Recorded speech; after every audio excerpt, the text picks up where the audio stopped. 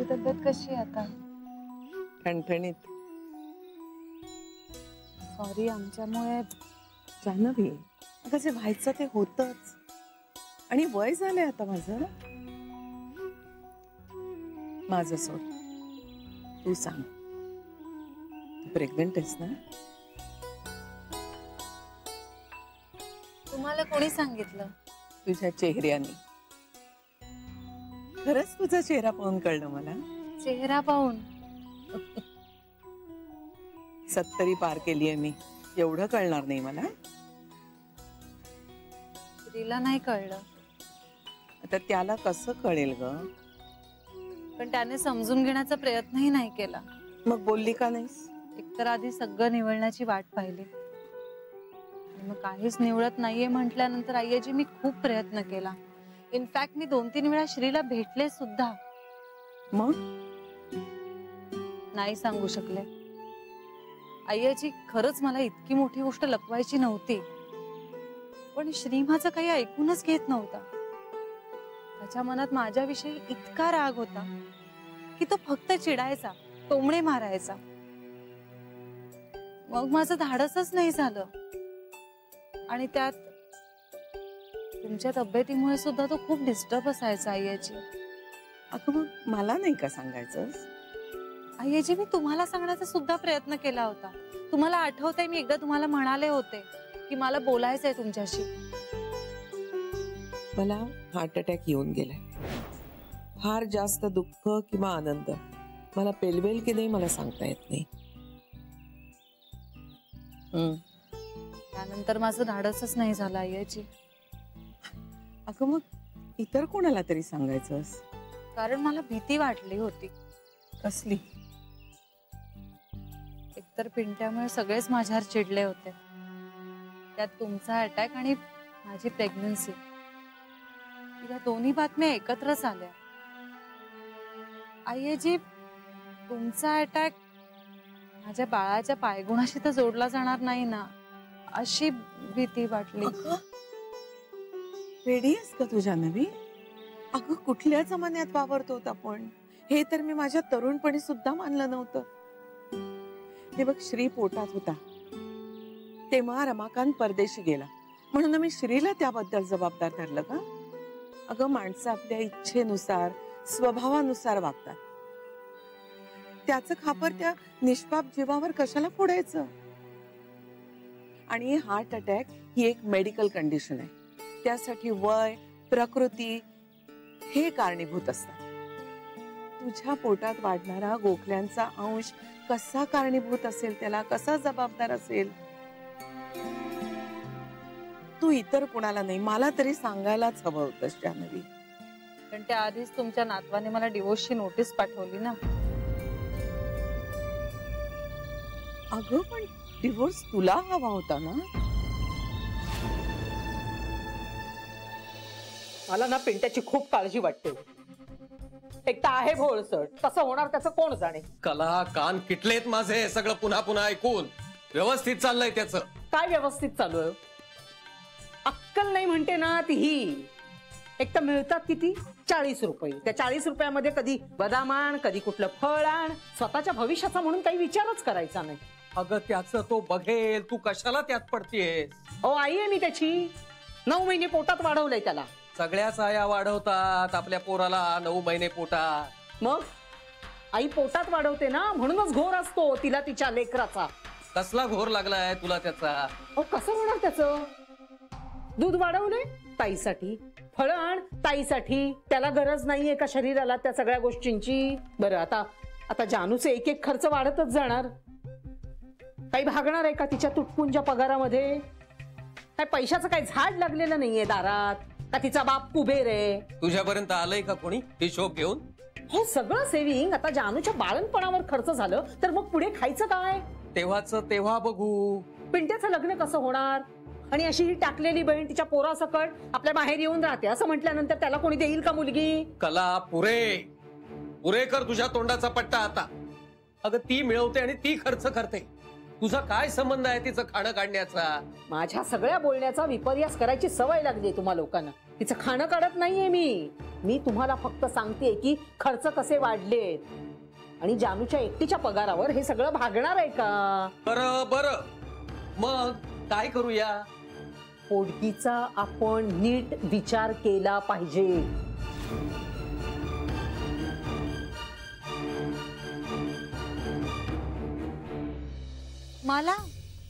मला का डिवोर्स हवा असेल? आईजी मी का डिवोर्स घेईन? मुळात मी प्रेग्नंट असताना का डिवोर्स मागे नाही आईजी? मला तर उलट मी कधी एकदा तुम्हाला सगळ्यांना भेटते आणि ही आनंदाची बातमी सांगते असं झालं होतं. मी का डिवोर्स मागेन? मला वाटलं होतं तसा काहीतरी गैरसमजच झालेला आहे. अगं पण तू आमचे फोन घेत नव्हतीस, आम्हाला भेटत नव्हतीस. आईजी मी हॉस्पिटलमध्ये होते.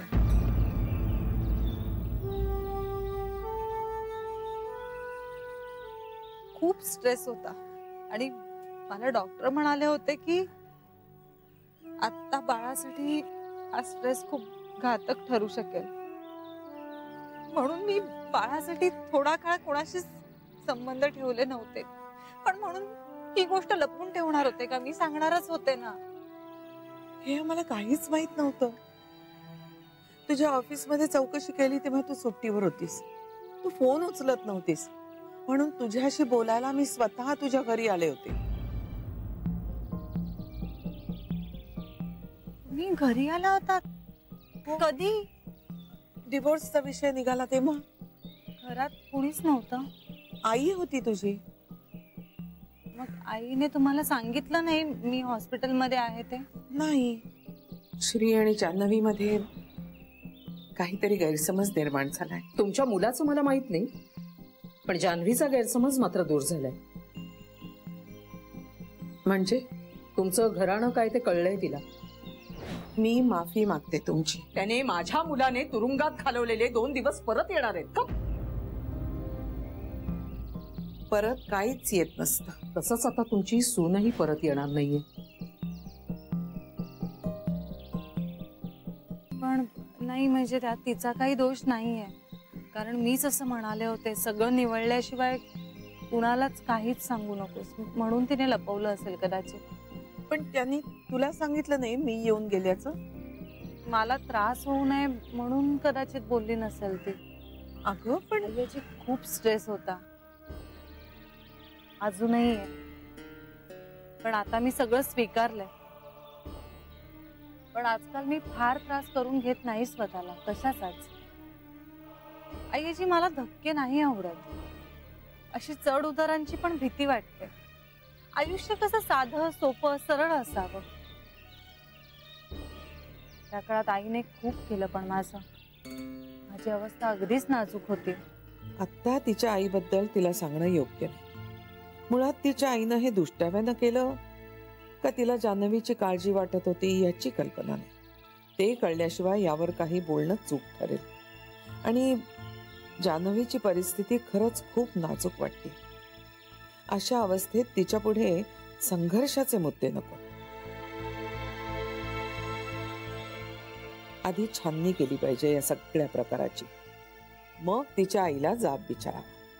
एकमेकांवर प्रेम असलेलं हे जोडपं डिवोर्सची भाषा का करायला लागलं? काय झालं आईजी? कसला विचार करताय? नाही का काही नाही असंच. पण आपण हे सगळं नंतर बोलूया. तू आता घरी चल. आपण तुझं सामान नंतर मागवून घेऊया पाहिजे तर. किंवा तू आणि श्री जाऊन घेऊन या. चल घरी चल. काय झालं? आय एम सॉरी आईजी पण मी नाही घरी येऊ शकत. काय झालं बाळा? आईजी सॉरी पण मी नाही येऊ शकणार तुमच्या बरोबर. का? आज रविवार आहे, ऑफिसला सुट्टी आहे ना? हो पण काय? आता सगळंच बदललंय आईजी. म्हणजे? आता सगळ्यांच्या मनात एकमेकांविषयी अढी आहे. मला नाही कळलं.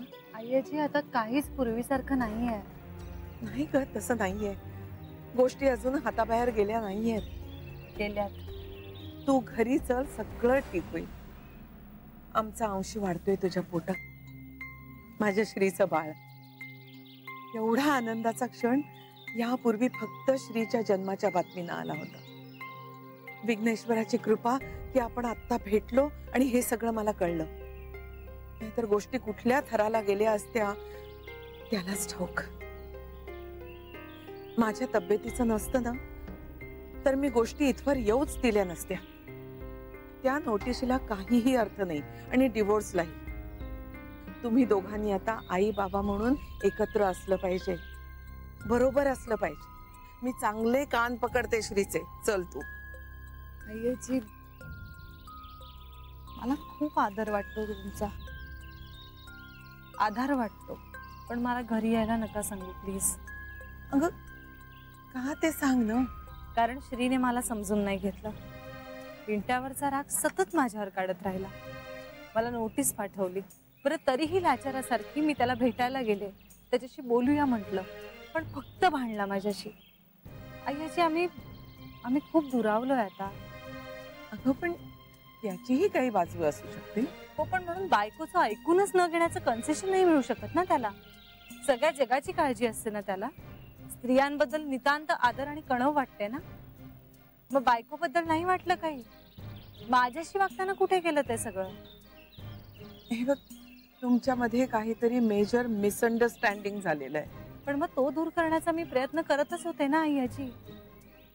ज्या माझ्या अवस्थेत त्याने मला सांभाळायला हवं होतं, माझ्या बरोबर असायला हवं होतं, त्या माझ्या अवस्थेत मी माझ्या बाळाला त्याच्या बाबांचं छत्र मिळावं म्हणून श्रीला समजवण्याचा प्रयत्न करत होते. ज्यावेळी मला श्रीची सगळ्यात जास्त गरज होती तेव्हा तो माझ्यापासून सगळ्यात दूर होता. जेव्हा सगळ्यांकडून मी लाड गोड कौतुक करून घ्यायला हवी होती ना, तेव्हा मी माझा संसार वाचवण्यासाठी रडत होते, झगडत होते अय्याजी. आणि कोणाशी? ज्याचं बाळ माझ्या पोटात वाढत आहे त्याच्याशी. जान्हवी, अगं त्याला माहित नाहीये तू प्रेग्नंट आहेस ते. नाहीतर तो कधीच असं वागणार नाही तुझ्याशी. त्याला माहिती आहे अय्याजी.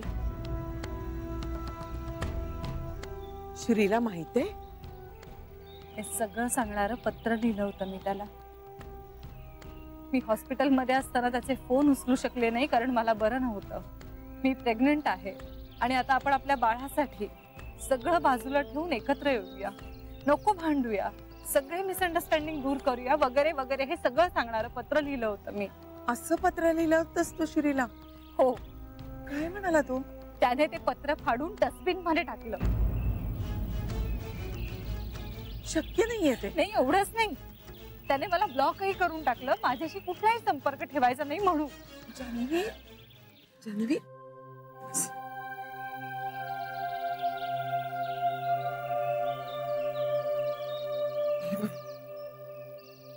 शांत हो. आता या अवस्थेत स्वतःला फार त्रास नाही करून घ्यायचा, जपायचं स्वतःला. हे बघ श्री, असं करणं शक्य नाही, खरंच शक्य नाही. तू प्रेग्नंट आहेस हे सांगणारं पत्र तो फाडून डस्टबिन मध्ये टाकून देणं शक्य नाही. इतका इन्सेन्सिटिव्ह नाहीये तो. त्या फाटलेल्या पत्राचे तुकडे जपून ठेवलेत मी माझ्या जवळ आईची, माझ्या तुटलेल्या संसाराची आठवण म्हणून. जान्हवी, या गोष्टी समोरासमोर क्लिअर व्हायला हव्यात. आता मला त्याची गरज नाही वाटत आईची. मुळात मला सोसण्याची ताकद नाही उरली आहे.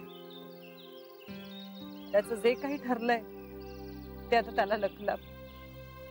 पण मी श्रीला कधीच माफ नाही करणार आता. बरं, नको करूस. तुम्हाला काय करायचं ना ते तुम्ही ठरवा, आम्ही तुमच्यात पडणार नाही. पण तू घरी तरी चल.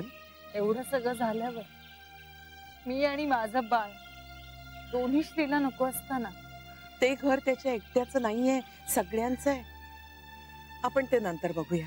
तू घरी आल्यानं श्रीच्या आयांना किती आनंद होईल, किती आतुरतेनं वाट पाहत होत्या त्या बाळाची. त्यांच्यासाठी तरी घरी चल. ते घर तुझं आहे, तुझ्या हक्काचं आहे. कुठल्या हक्काचं आईची? ज्या घरात मी साधं स्थानही निर्माण करू शकले नाही ते. असं नाहीये बाळा. तू घरी चल. कशी येऊ मी त्या घरी आईची ज्या घरी श्रीचं दुसरं लग्न जमवण्याचा प्रयत्न चालू आहे? दुसरं लग्न? हे काय आहे आणि मला कसं माहिती नाही? मला माहित नाही. नाही, मला तुझ्याकडून आत्ता कळतंय.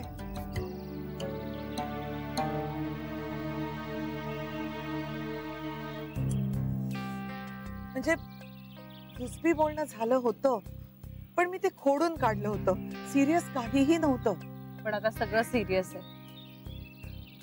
मला असं सांगण्यात आलंय की मी तुमच्या मुलाला सोडावं, कारण त्याच्यासाठी माझ्यापेक्षा खूप चांगली, सरस, आणखी चांगल्या घरातली मुलगी शोधतायत सगळे. आईजी मला माफ करा. तुम्हाला त्रास होत असेल तर आपण नको बोलूया आता या विषयावर. त्रास नाही ग, पण हे कसं शक्य आहे? तुला कोणी सांगितलं हे? हे सगळं मी माझ्या कानांनी ऐकलंय. कधी आणि कुणाकडनं? एवढं सगळं झालं तरीही मी निर्लज्जासारखी घरी आले होते श्रीला ही बातमी देण्यासाठी. पण इतकं असह्य मला याआधी कधीच वाटलं नव्हतं आईजी. माझा विश्वास बसत नाहीये, पण तू सांगतेस म्हणजे ते खरं असणार. मला या सगळ्याचा छडा लावायलाच पाहिजे. आईजी प्लीज तुम्ही आता कुणावरही रागवू नका. खरंच ऐका ना, तुम्ही मला घरी येण्याचा आग्रह केला म्हणून मी बोलले, नाही तर मी तुम्हाला सांगितलंही नसतं. आता जे आहे ते आहे आणि जो खडतर मार्ग माझ्यासाठी आहे तो मी स्वीकारलाय.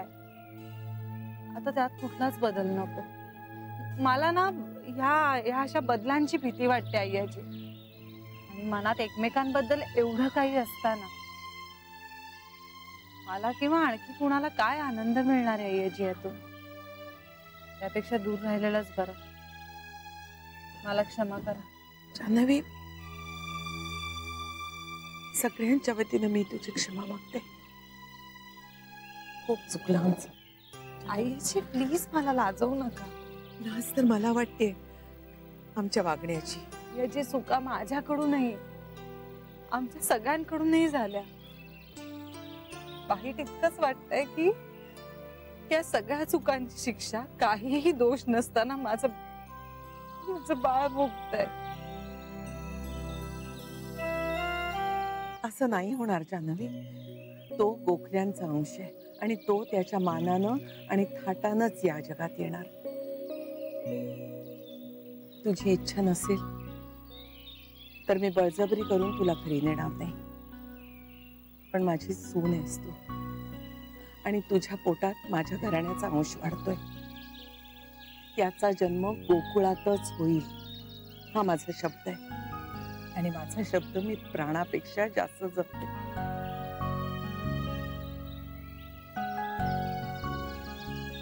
पण तुम्ही कोणाला काही सांगू नका.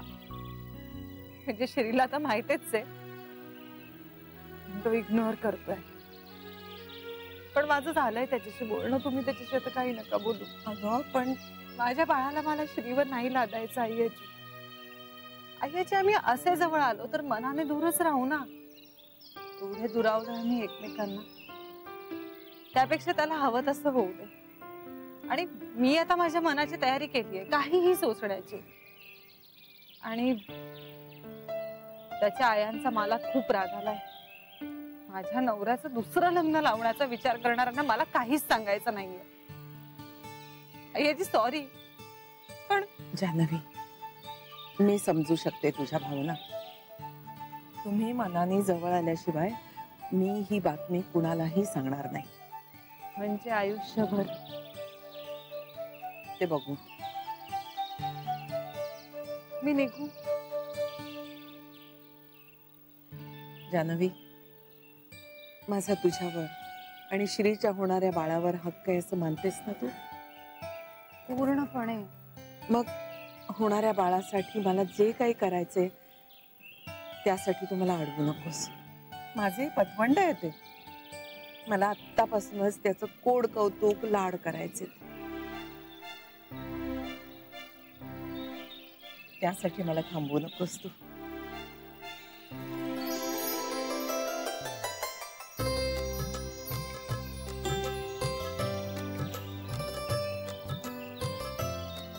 बरं निघू मी.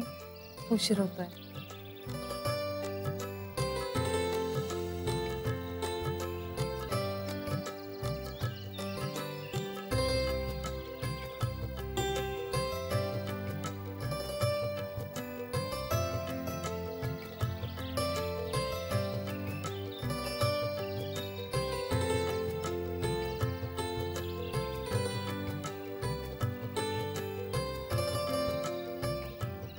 उशीर माझ्याकडून झालाय. किती आभार मानो तुझे विघ्नेश्वर. कान आणि मन तृप्त झालं. आता माझी नाचून स्वेच्छेनं आणि आनंदानं घरी परत आणण्याची जबाबदारी माझी.